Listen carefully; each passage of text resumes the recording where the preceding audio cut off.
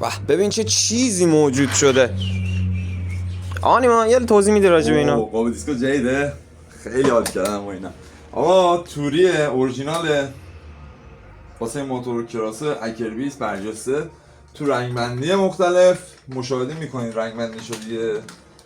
خب اینو بذارم اینجا برم توضیح بقیه رو بهتون بدم.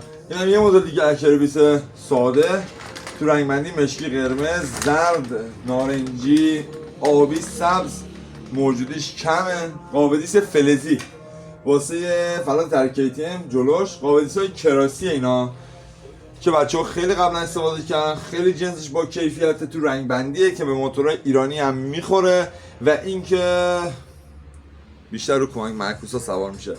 دوستان تعداد محصولات خیلی محدوده، خرید ثبت سفارش انجام بدین ما شرمندتون نشیم.